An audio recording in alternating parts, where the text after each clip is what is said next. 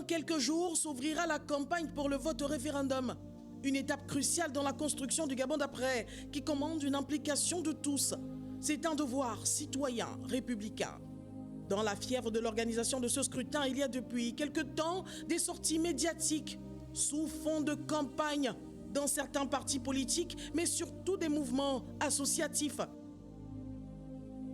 lesquels ont pour membres actifs et même fondateurs ceux qui, il y a un an, arboraient fièrement l'étendard des formations politiques qui ont jadis fait la pluie et le beau temps sur la scène. Comme des souris qui quittent le navire en cas de naufrage, ils sont nombreux à avoir très rapidement changé de peau, écumant désormais les ONG, mouvements associatifs et plein d'autres appellations pour tenter de masquer leur passé politique fourbe, entaché d'inconstance et motivé par l'appât du gain. Car, qu'on se le dise sans langue de bois, ces oiseaux de nuit tentent désespérément de s'offrir une virginité.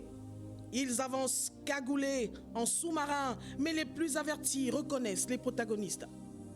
Ils créent ces associations avec des petits calculs perfides. Ce n'est certainement pas pour tout le monde, mais toujours est-il que le fléau est bien présent.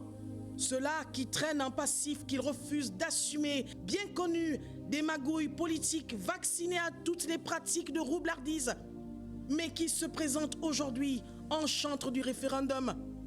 Ils ont quasiment entraîné les vieilles pratiques. Le même game, on prend les mêmes et on recommence. Aujourd'hui, ces mouvements qui se disent pompeusement apolitiques ne cachent plus leur velléité. Malgré la multitude des communiqués du CTRI attirant l'attention de ces associations opportunistes sur l'utilisation abusive et inappropriée de l'image du chef de l'État, c'était sans compter leur ténacité. D'un autre côté, les formations politiques, pour certaines quasiment en implosion, entre ceux qui veulent anticiper sur la campagne du oui et ceux qui veulent l'entendre autrement.